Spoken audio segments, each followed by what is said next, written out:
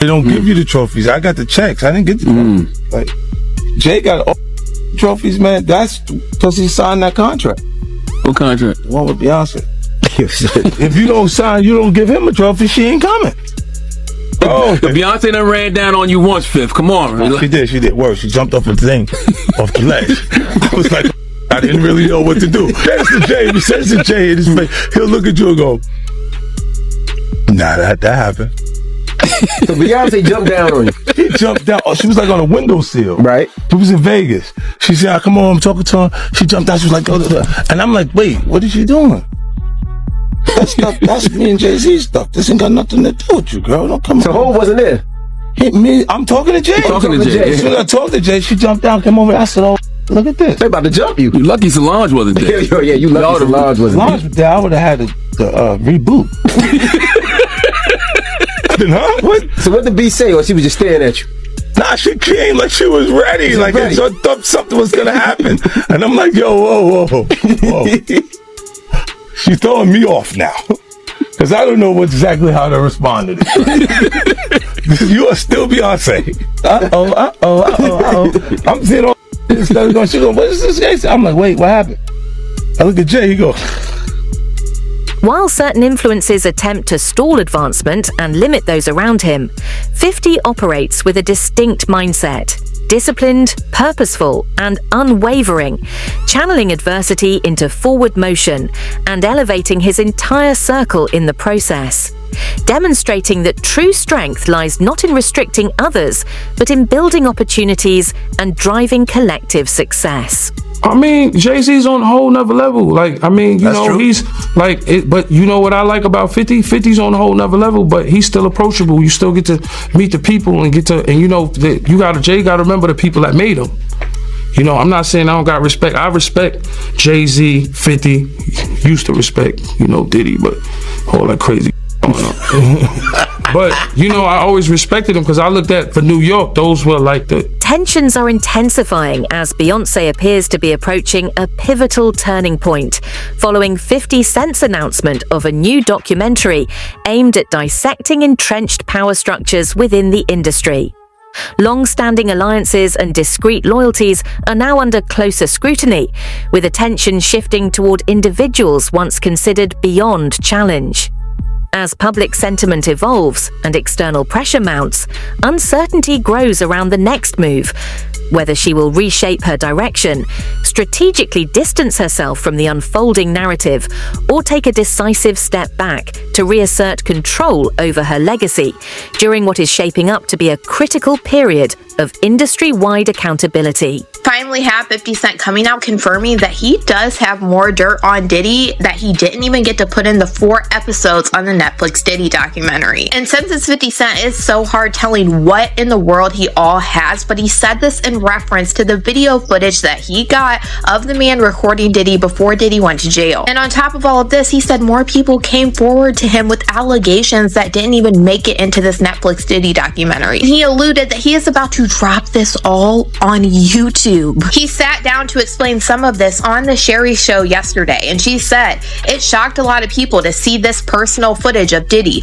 I know 50, the way you run, this cannot be all that you have. Is there other stuff that has not been shown? He said, yeah, well, there's some stuff that couldn't make it in because there was only 4 episodes in the Netflix Diddy documentary. And then Sherry asked 50 Cent, does this mean that there's going to be a part 2 of the Netflix Diddy documentary? And he said that he's just going to put it on YouTube. This was not the only time in this interview that this man said this. Like, he is sure on YouTube for whatever reason, and he was even laughing about it. And in my opinion, I feel like why he wants to put this on YouTube is because Netflix probably wouldn't let him put in certain things because of liability. I think this is one of the main reasons why some of the things weren't talked about in the Diddy documentary. But like I said, also, he is cut down to a certain amount of time. Netflix gave him 4 episodes, so he has to put everything in those 4 episodes. And she asked him, out of all of the people that were coming forward, have there been any new tips that you have gotten since it's been released? He said, well, yeah, everyone starts to feel a little more comfortable when they see other people telling their truth about it. Accounts of private settings, blurred boundaries, and quiet awareness have raised broader questions about accountability and the extent of influence at the highest levels of the industry. whether driven by loyalty, caution, or self-preservation. Some individuals have remained detached from unfolding controversies, choosing discretion over involvement. As scrutiny grows, attention is shifting beyond surface speculation toward a deeper examination of how influence, silence, and responsibility intersect. In environments where visibility can mask reality and power ultimately defines perception.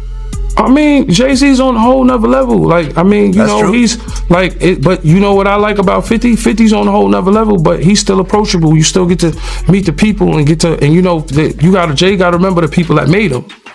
You know, I'm not saying I don't got respect. I respect Jay-Z, 50, used to respect, you know, Diddy, but all that crazy going on. But, you know, I always respected him because I looked at, for New York, those were like the, you know, the guys. You know what I'm saying? The guys with the most money and the most influence. So with Jay is like, when the last time you haven't seen Jay. So I think people are just going to say that. You know what I'm saying? But for me, I mean, Jay, you know, you got to remember, he didn't want 50 at the Super Bowl. That was crazy. I'm like, wait, Jay didn't want 50 at the Super you didn't Bowl? know that? Yeah, he didn't want. I remember Eminem pushed for it. That was some haters. Yeah, I remember Eminem was like, I'm not going to do it unless 50 does it.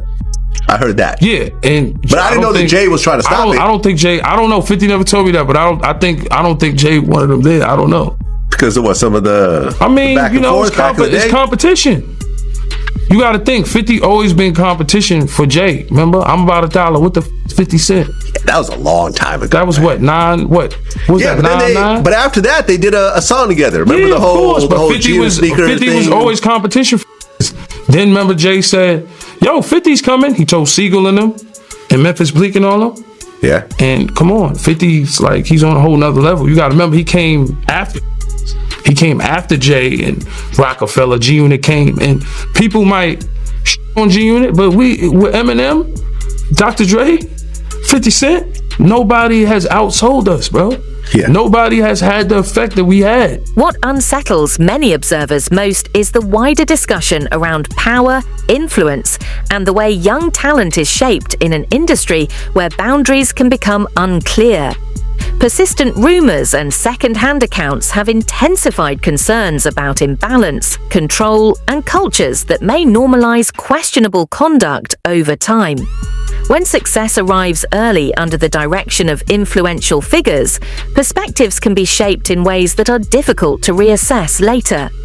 As these conversations re-emerge, attention is shifting from individuals to the system itself, one that has often favored image and protection over accountability, leaving a lasting imprint on how influence is formed and sustained. I mean, Piers Morgan said it. They're not here to defend themselves. Do you think the Carters will speak about any of this?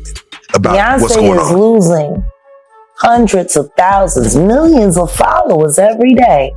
And she still hasn't said anything. Just pretending like life is great in Paris. Is it her place to say something? I mean, probably not, considering she's going to be indicted for anything she would say. These are criminals. Diddy is a drug dealer, and so is Jay-Z. The proof is there. How many people does he have to be aware of before people see him for who he is? It seems like these artists are trying to run away from their past. Diddy changed his name multiple times to say, that's not me. I'm trying to move beyond Diddy. I'm love now. What kind of love? Baby oil love? Baby love? Explicit love? Hey! To grasp the seriousness of the issue, many observers highlight how emerging artists were brought into spaces defined by concentrated influence and limited oversight, where ambition often outweighed protection. Prominent figures have entered these discussions less as direct subjects and more as representations of a system that has repeatedly struggled to safeguard new talent. As scrutiny deepens, unease is growing among industry leaders, not simply because of speculation, but due to the possibility that greater transparency could bring forward long-suppressed accounts. If that shift occurs, the focus will extend beyond individual responsibility to a broader reckoning with a culture that allowed silence, imbalance, and control to persist unchecked for far too long. I know people in the industry, been around for a long time. was there when he first started dating Beyoncé at 17, 18. He was 30 something. You didn't know his age. I look back and see how old Jay-Z was. I think Jay-Z was born in like 69 or 67. Something like that, 67 right there. 69. I think he was born in 69. Beyonce, they said she was born in 81. You understand? But back then, in 81, when we was in the club together, 98, 99, she wasn't even supposed to be in the club, but she was in the club. It was Club Eugene's. And Jay was dating her.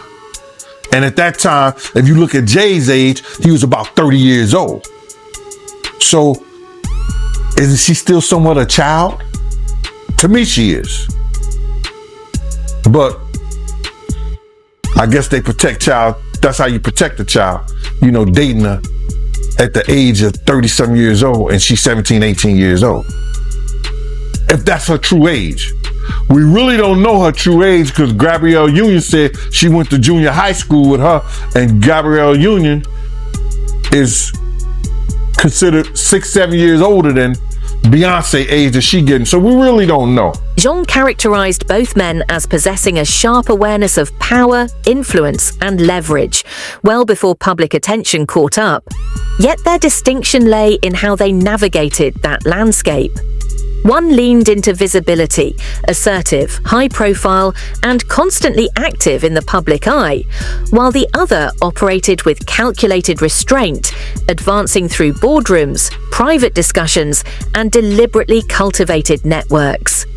By maintaining distance from spectacle and aligning closely with institutional power, he positioned himself where influence remained controlled. Protection was methodical, and authority could be exercised with minimal exposure when conditions became uncertain. Jaguar has been warning us about Jay-Z. Jay-Z has now had an official lawsuit. It's everywhere. It's now being talked about louder than ever. I guess, does that give you some peace to know that people are finally really questioning this man? It's emboldening me. I spoke on Piers Morgan. I said that I had 3 victims that I've been working with, victims of the Carters, that were ready to come forward. This might help them feel a little more confident now. So this is great because he's been evading. But the thing is, everyone in the backdrop knew that he was the celebrity John Doe. Everybody knew that.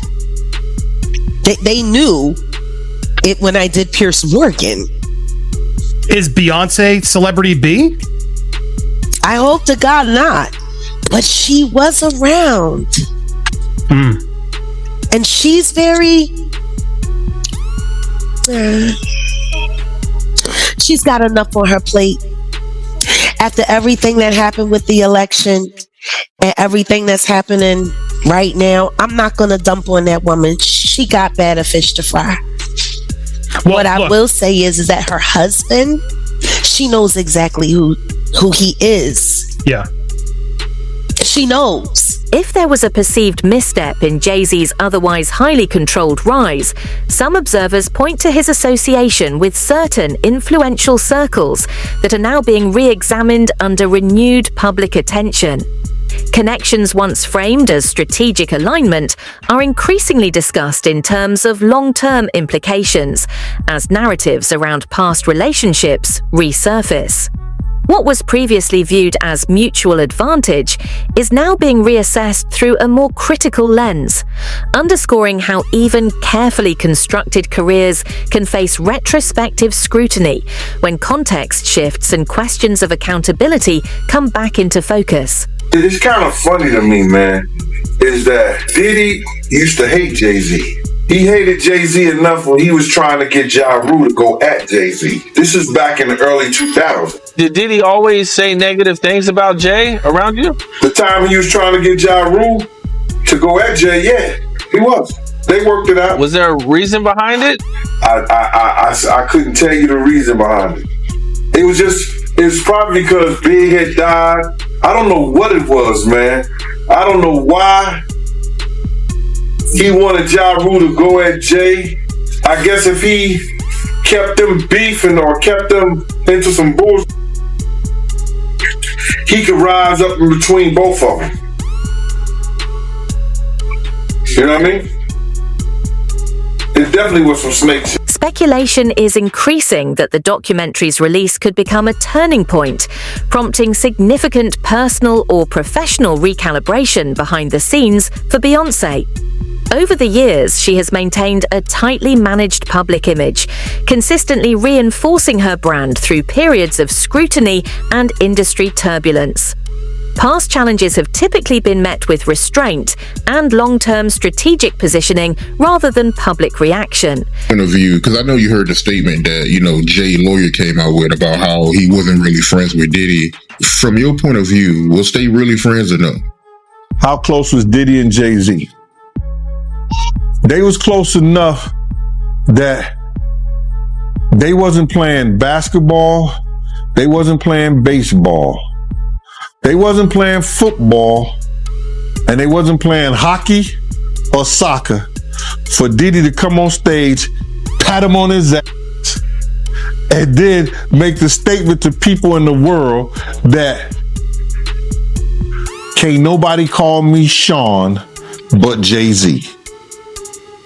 Now, I don't know what kind of statement, and I can't say, I wish I could say half a homo, but I know I can't say it. But I don't know what kind of half a homo that is. And you trying to say that you're not close to somebody. You coming on stage, patting them on their ass, and then you making a broad statement to the public, can't nobody call me Sean but Sean Carter. And I heard Jay-Z said the same thing about them. But they were so close that they had matching white girls together. Because when they used to see each other, they used to say, yo, how your skinny white girl doing? He'd be like, yo, how your skinny white girl doing? So I guess that's a certain type of closeness. At the same time, Jay-Z is facing increased public scrutiny compared to earlier points in his career, reflecting a noticeable shift in how legacy figures are being evaluated. This changing perception has led some industry voices to suggest that long-established reputational protections are being tested, marking a broader turning point in how influence and accountability are discussed. The part with Jay, I go, oh shoot, like That's right. To us, black excellence. that had to be there. We getting tighter. You know what I'm saying? And united we stand. And ain't nothing else. Black excellence, they're sitting there like, yeah. It's a billionaire brunch. Like, I hate you, man. Unaware of anything going on here. This is the one time I'm going to be with you this year.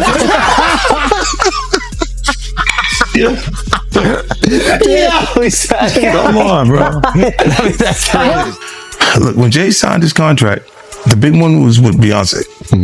When he signed that contract, the marriage contract, he got trophies. Now those fucking trophies came rolling in, buddy. He started getting Grammys left and right, man. I mean, look, if you look at his career, You're gonna let him say that? Jay was getting Grammys. He had one. Exactly. He had one. And he ain't show up. He had like 20 now. He had like 18 since he been down. Look, he had one, bro. Hard Knock Life. You're not wrong. He was one.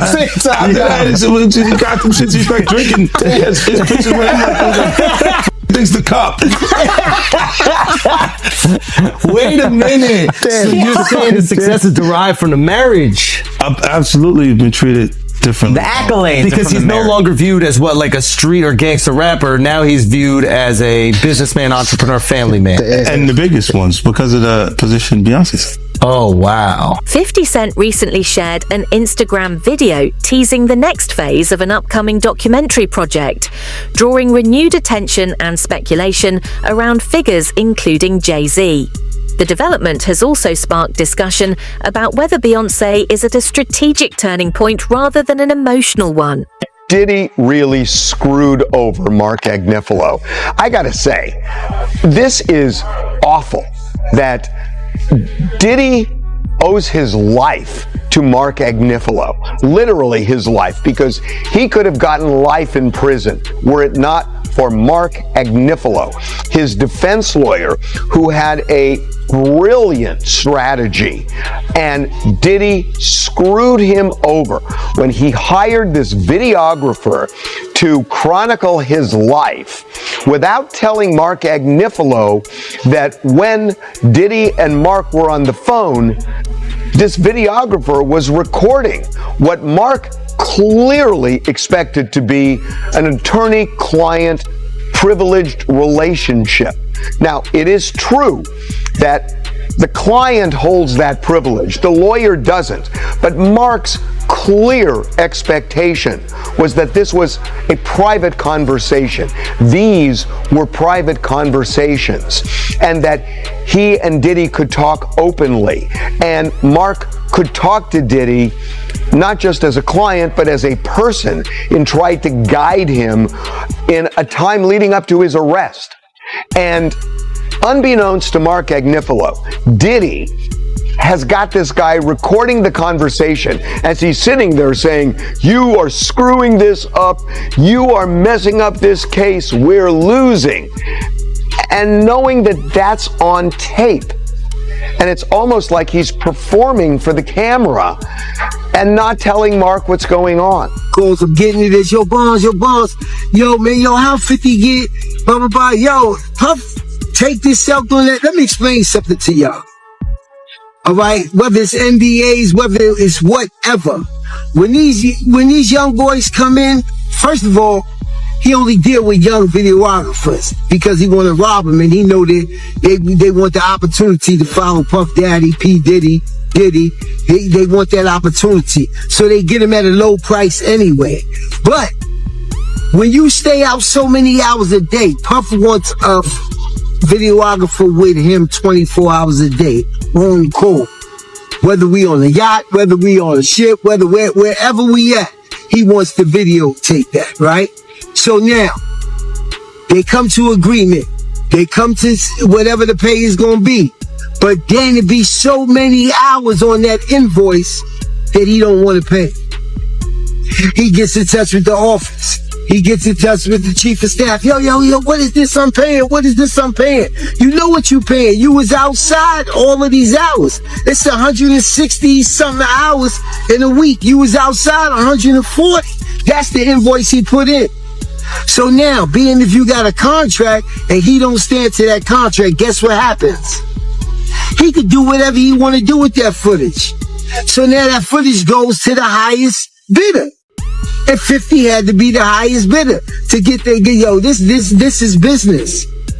You know what I'm saying? Everybody ain't in love with you. Everybody ain't dedicated. Everybody ain't loyal to the point of stupidity. The narrative quickly reframed exposure as provocation and transparency as disloyalty. From Gene's perspective, this reflects a broader cultural pattern, one where the messenger is often scrutinized more intensely than the behavior being brought forward, raising concerns about how accountability is discussed and defended within the industry. Beyoncé and Jay-Z have a toxic relationship. He preyed on her when she was just 18 years old. Fans accuse him of grooming her and then later on controlling her every move. At the same time, it's been revealed that he's a cheater and he cannot be trusted. I'm like, it's just odd to see him in that, getting looked at in that way by white people. Like Jay does, yeah, like I hope that shit didn't happen, but I'm like, damn, they turned the world real. Like people on a certain level have been fucking with him a certain way where he couldn't do no wrong for like 25 years straight. This is the first time he's not getting a pass with white media. Like he can control black media because a lot of them either work or do business with him. But Drink Champs can't get him out of this one, and neither can Charlemagne. Because, those are the guys that hold him down no matter what he does anyway. So he got to get to People Magazine and Entertainment Tonight right now because they on his head. But the question is why? Like, why now? Because for me, I'd be like, yo, that's so ridiculous. Yo, take that to trial. You're not going to win. Let's get a deposition or something. So I don't know why they get on his head so much, pause. But I never seen him, under this, I never seen him in this position to have to explain himself. Pause. How you feel about the statement he came out with? I mean, I didn't hear him say anything. I heard a piece of, like I said, I'm doing an interview, so I talk. I thought it was long. For a statement, I thought it was long, pause. But, I think right now, his silence is the worst thing for him. If he is innocent, he needs to let people ask him questions, and he needs to be able to say his side of the story, as opposed to letting that lawyer talk. Because that lawyer, I don't trust that lawyer because I went to court with. The project is not being framed as a response to personal rivalry, a distinction that many argue is important to understanding its intent. 50 Cent has stated that he is working alongside the son of Diddy, a detail that significantly reshapes how the initiative is being interpreted. Came across in that secret little Diddy footage that he paid from the videographer that Diddy didn't pay. They are saying 50 has footage that will not only add more time to Diddy's sentence, but Diddy might not ever come out. Listen up, check this out. Now y'all know that footage that where Diddy is behind the scenes talking to his lawyer and all of this stuff, and people are like, damn, what was Diddy recording it? Well, Diddy was recording it because he thought he was about to beat the case, so he wanted to do a Netflix documentary. Didn't pay the guy, and then 50 got all 140 hours of footage of secret Diddy tactics. Well, there's a guy named Neil who was mentioned in the court, works right up under Diddy, was organizing everything. Allegedly, they are saying that he is on video, film, tampering with witnesses, giving out addresses, offering money, bribing, we'll pay for your lawyers, all kind of shit that could be counted as witness tampering, obstruction of justice. And 50, of all people, has his hands on this footage. And I'm hearing that this could implicate Diddy's lawyers in some bullshit. They could be charged. This is getting wild. And I'm hearing that this 50 Cent documentary is just the tip of the iceberg, and I like it. What's crazy is this man in this video footage of 50 Cent's post starts talking about a specific name, a man named Neil. And this man goes on talking about how he heard that 50 Cent has this extra footage, but it's footage that could possibly lead to Diddy getting more charges, like witness tampering, obstruction of justice, and more. And what's crazy about the name Neil that he brings up in this is the fact that the other day, Diddy's former chef Jordan, who is somebody that was a witness during this trial, who was about to testify against Diddy before the prosecution took back some of their witnesses who were testifying, literally claimed that Neil Dominique, a former assistant of Diddy, is the one that told Diddy that she was subpoenaed to the grand jury at the very start of all of this. She wrote this whole big post to Neil Dominique and tagged him in it and said, I just want to put this out there because I've been debating how I wanted to handle the situation. Now, I don't know you from a can of paint, but I'm really wondering why you decided to tell Sean Combs that I was contacted by the feds.